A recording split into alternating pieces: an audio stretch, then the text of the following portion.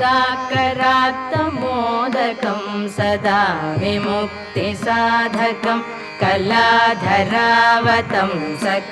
विलासिलोकरक्षकं मुदाकरात्तमोदकं सदा विमुक्तिसाधकं कलाधरावतंसकं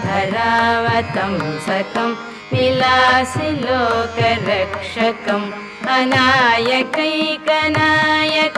विनाशिते भदैत्यकं गताशुभाशुनाशकं